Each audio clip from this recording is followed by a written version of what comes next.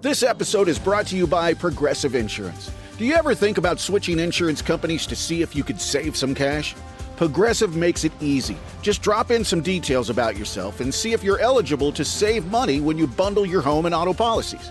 The process only takes minutes, and it could mean hundreds more in your pocket. Visit Progressive.com after this episode to see if you could save.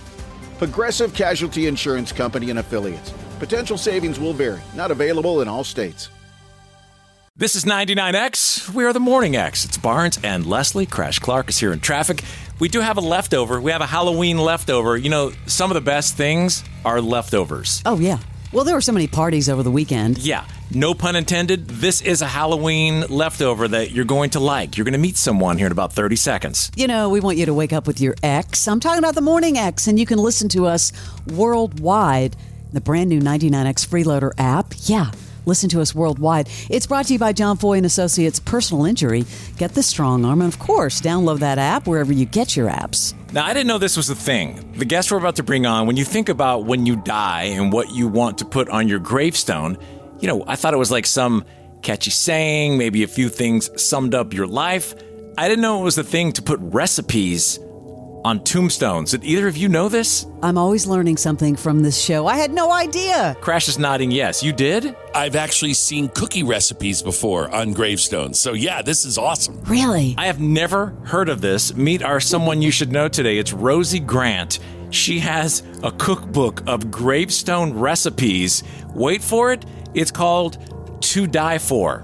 Well, that's the perfect name. That is brilliant, Rosie. Welcome to the Morning X. Hi, thanks for having me. How did this ever become a thing? I've never heard of this. Yeah, it's cool, right? I learned about it when I was interning at a cemetery in Washington, D.C., and I thought it was the coolest thing. That's a whole other story that you were interning at a cemetery. Like, what does an intern do at a cemetery? Great question. It was a pretty big cemetery, and so I was in library science school studying digital archives, and I needed an archives internship.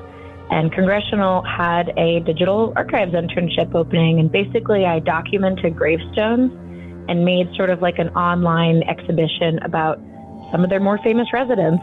So this is what gave you the idea to do this? You started seeing people putting recipes on their tombstones? Pretty much, yeah. I started a TikTok account about what's it like to intern at a cemetery. I also thought it was very interesting. I knew very little about cemeteries. And so it started just in general featuring unusual gravestones I came across.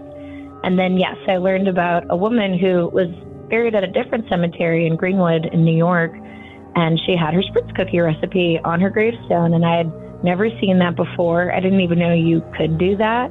And I just thought it was the coolest idea because it wasn't just like, you know, the usual monograph of like mother, father, memento mori.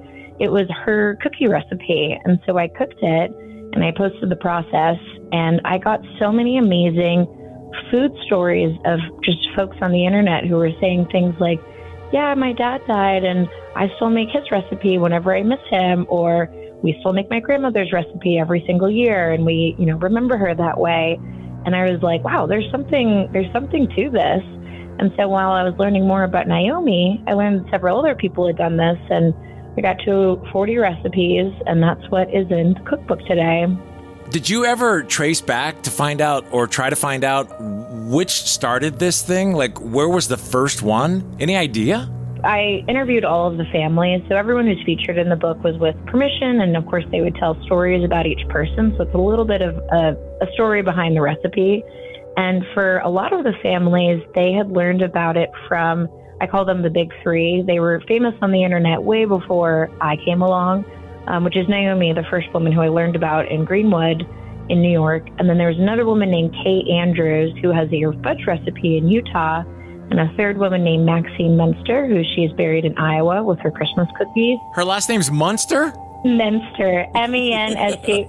But Munster would have been fantastic. Yeah. I thought you said that. Okay, sorry. That would have been awesome, though. Munster. Well, the three of them basically, all separately, it was their kids' idea of just like, it's so personal to the person. It was a recipe that they made every single year.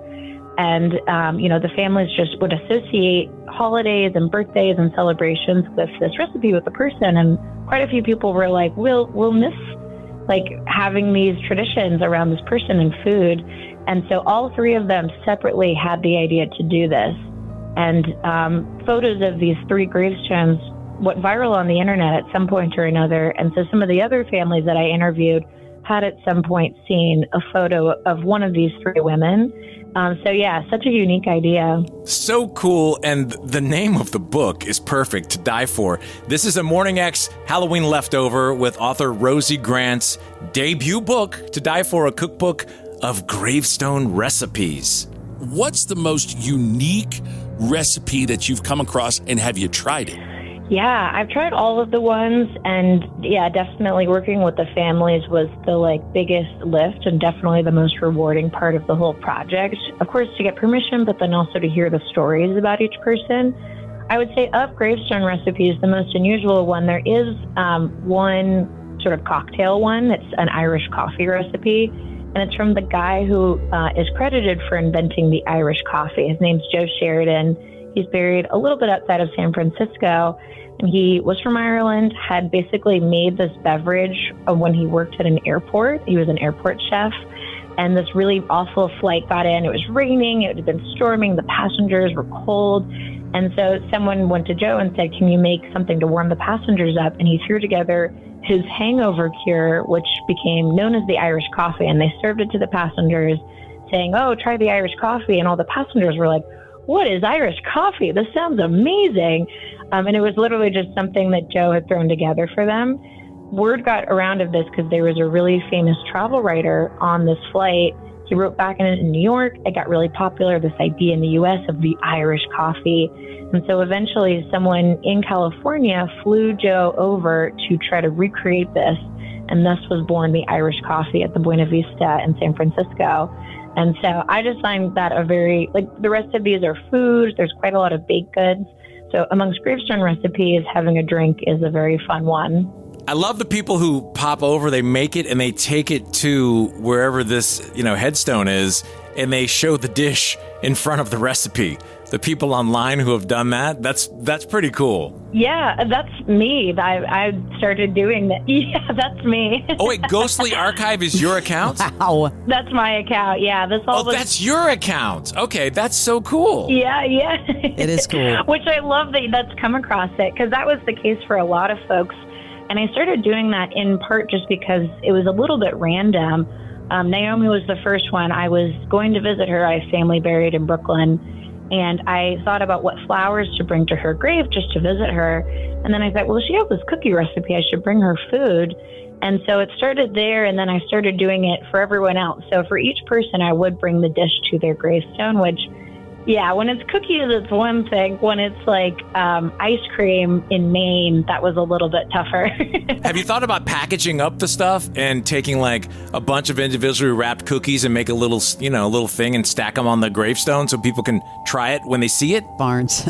I don't do that only because from having worked in a cemetery, it would attract wildlife. Such an entrepreneur. I mean, I am an entrepreneur at heart. I'm going to have a burger stand at mine. You have a nice flat, smash burger, and you can just order it. Yeah, Barnes wants to take this to the next level. Oh, there you go. Where can we get the book? So if you just, Google To Die For, a cookbook of gravestone recipes, it's available through HarperCollins, which is available through all large retailers. Bookshop also has it, so people can get it at their local bookstore, Barnes & Noble, Amazon. Damn, that's a real book. Yeah. This ain't no fake pressed up, stapled together sheets. This is HarperCollins. You go, girl. Yeah, HarperCollins. Oh, thank you. They were very lovely in the process, and they very much understood the sensitivity, and also just, I will say though, the cover was inspired by old vintage community cookbooks, and so we looked at a bunch of old covers, and that's what inspired this cover. So very much in the vein of the stapled together, spills on the cover, handwritten notes.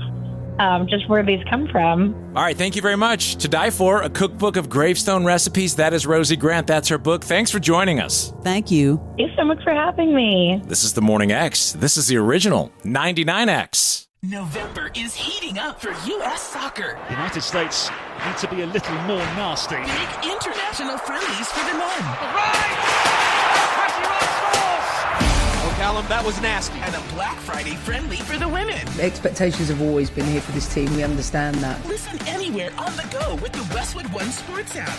And for behind-the-scenes stories, catch the U.S. Soccer Podcast. Boy, do we have an episode for you. Follow and listen on your favorite platform.